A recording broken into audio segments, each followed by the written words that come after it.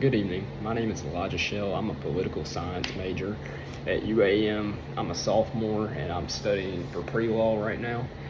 And my presentation is on John Rawls.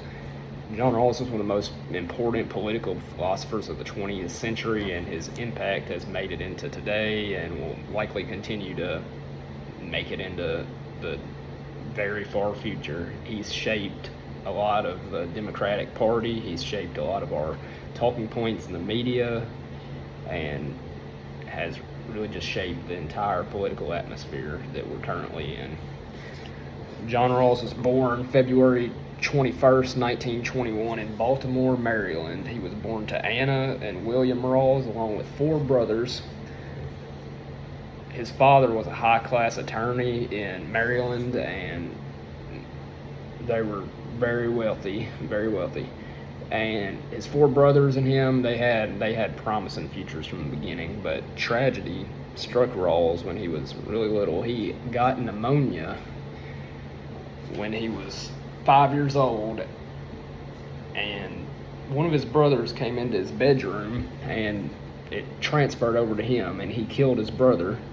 So tragedy struck early in his life. Then the following year, he acquired pneumonia again, and one of his three remaining brothers came into his bedroom and caught pneumonia and died from it again. So tragedy hit Rawls' life early. After graduating, he enrolled in Kent School in Connecticut to prepare for Princeton University, where he would spend most of his academic time. This was after he had graduated through high school. He'd done great in high school and made his way over to Kent School right before heading to Princeton University. He was quickly invited to the Ivy Club and all kinds of other academic organizations. He was intelligent, very intelligent. You'll see that later. It was during his time at Princeton he became intrigued by theology of Christianity. He graduated in 1943. He continued to have these thoughts about Christianity, though. He wanted to seek out answers and just really get to know the religion better. He hadn't really been brought up in it in the same way a lot of us are, and he hadn't been brought up against it either. It was just not really much of a talking point when he was around his family. He never really had friends who were brought up in it, so it was just never something he really started to hear about until he went off to school. He made a few close friends in it and got really into Christian theology, and it became a big part of who he was for a while. And eventually, in 1943, he chose to go into World War II as an infantryman. He wasn't drafted. He chose to go there. He wanted to see combat. He wanted to get a taste of what was going on for himself, which probably seems crazy to a lot of us. That's in hindsight, looking at World War II. And I mean, they were living in it, so I don't understand it, but to each their own.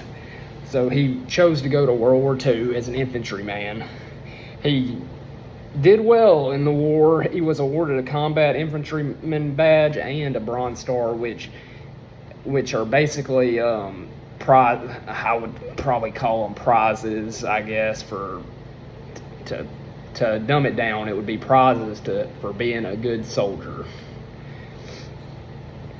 He was transferred to the Philippines, where he endured and saw a lot of combat, a lot of violence, and stuff that we don't really even want to think about today, stuff we don't even want to imagine that's still going on, but it was very prevalent at that time, and Rawls saw a lot of it.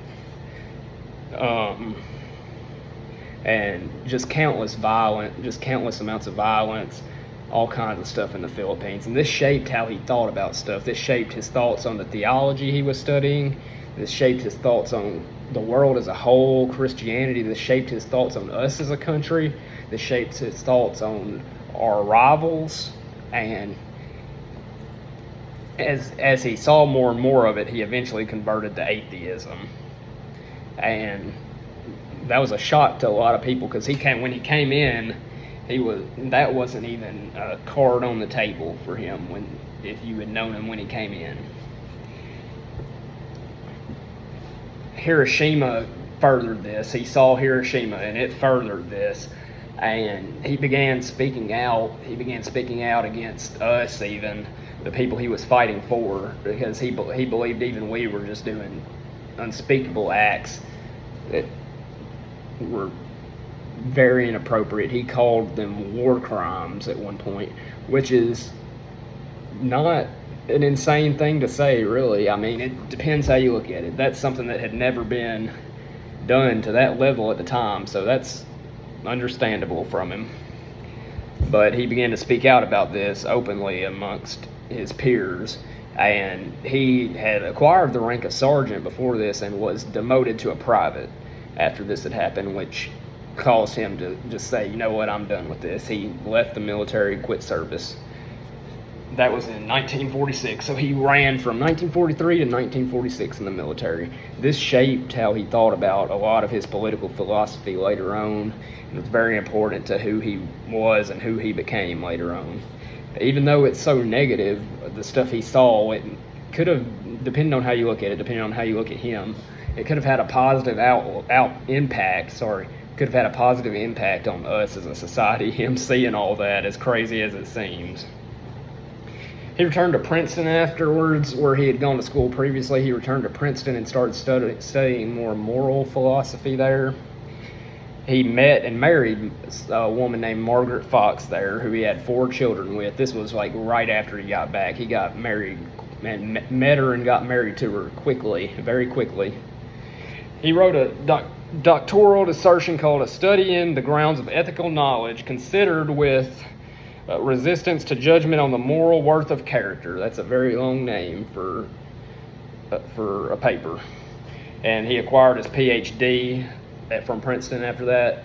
He began to teach in Princeton. He began to teach at Princeton until 1952. And he said then after this point he starts moving all around. He don't stay anywhere for long for a little while. So he began to teach at Princeton. He left in 1952 and went over to Oxford. And he met one of his peers and colleagues who would later become his mentor, Isaiah Berlin, who his whole outlook on Christianity was demolished during the war, and Isaiah kind of was more of a mentor to him and started making him question stuff again about it, that maybe there was something to look into, and he started getting back into theology, and this would be expanded upon as his political thoughts began to emerge more. He then, after he left Oxford, he became an assistant professor at Cornell briefly. He didn't stay anywhere for very long. In 52, he got a position at MIT, and then just a few months later switched over to Harvard. And thankfully, he stayed at Harvard. He was done with the moving around constantly at this point. He taught at Harvard for nearly 40 years, where he trained a ton of philosophers that we look at today. A ton of his students became such important figures in our modern political thought, and it's too many to even begin naming them. There's 50 students that all of us would probably know the name of that he had. In 68, he was at Harvard. He stayed at Harvard. In 68, he wrote his most famous essay, A Theory of Justice. To briefly close out his life before I start talking about his essays and his books, I'll say Rawls never really became much of a public figure. He was very reserved. It's on record that he stuttered a lot his whole life. He was very antisocial. He taught his class but didn't really want to have seminars or meet with people and really catch the public eye at all. He wanted to hit what he wanted to say. He told you through his writings. He died from a heart attack on November 24th, 2002 at age 81, and was buried back in Massachusetts at a cemetery. And his impact continues till today, especially through his writings. As I stated before, Rawls wrote a series of writings called A Theory of Justice. This came out in 1971. It was meant to establish like a fair and just society through the way that Rawls sees it. His main theory, called a justice of fairness, was justice fair for all people, no inequalities, fair for everybody, the same justice applied to everybody. It could apply differently to people though, but it has to be just to everybody. He established in his justice of fairness, he established two main principles. So the first principle, each person must have a fair and equal right to the same system of basic liberties as everyone else. That's kind of what I said a second ago. They've got to be able to have the right to political freedom, political participation, obviously freedom of speech, and everybody had to have the same freedoms as everybody else. Class could not determine which freedoms you got. Class couldn't determine if you were able to have an idea, but so and so can't because so and so is not as good off as you. I mean, it had to be fair, and it had to be fair for everybody, not just the privileged. His second principle was about social inequalities, which we face today all the time. I mean, it's a huge topic in our current political climate, social inequalities and how to address them. Rawls believed this is kind of the modern liberal belief on it too. So it's more started with him, and it's stayed and expanded since then. Rawls' belief was that social inequalities are only acceptable if they benefit the lesser off, if they benefit the less privileged members of society, and aren't just put in place to help the better off get even better off while the low continue to stay low or even get lower somehow. So they're only acceptable if they help the less privileged out. This is similar to how we talk about today. The easiest example of this would be with like affirmative action.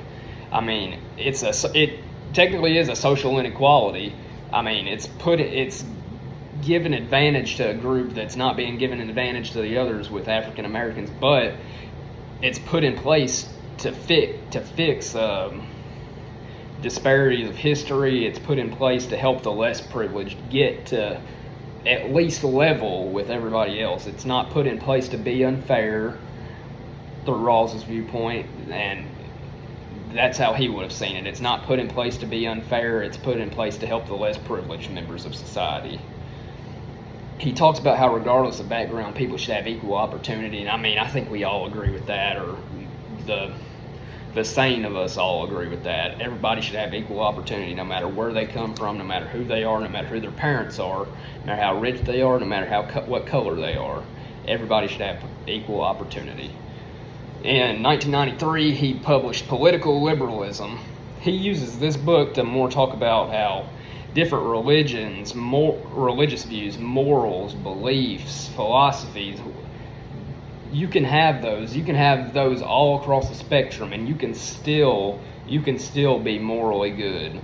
We can all work together. We don't have to share, hey, I'm Christian, I can't work with him because he's Hindu. Hey, I don't believe we should own guns. I don't believe in the Second Amendment. I can't work with him because he's pro-Second Amendment. We can disagree with people on moral and political issues. We can have different religions, different beliefs than people, and we can still come together and work together to create something better. We don't always have to agree on everything, and I think we can all really get behind that. Well, I don't think we all can. I wish we all could get behind that.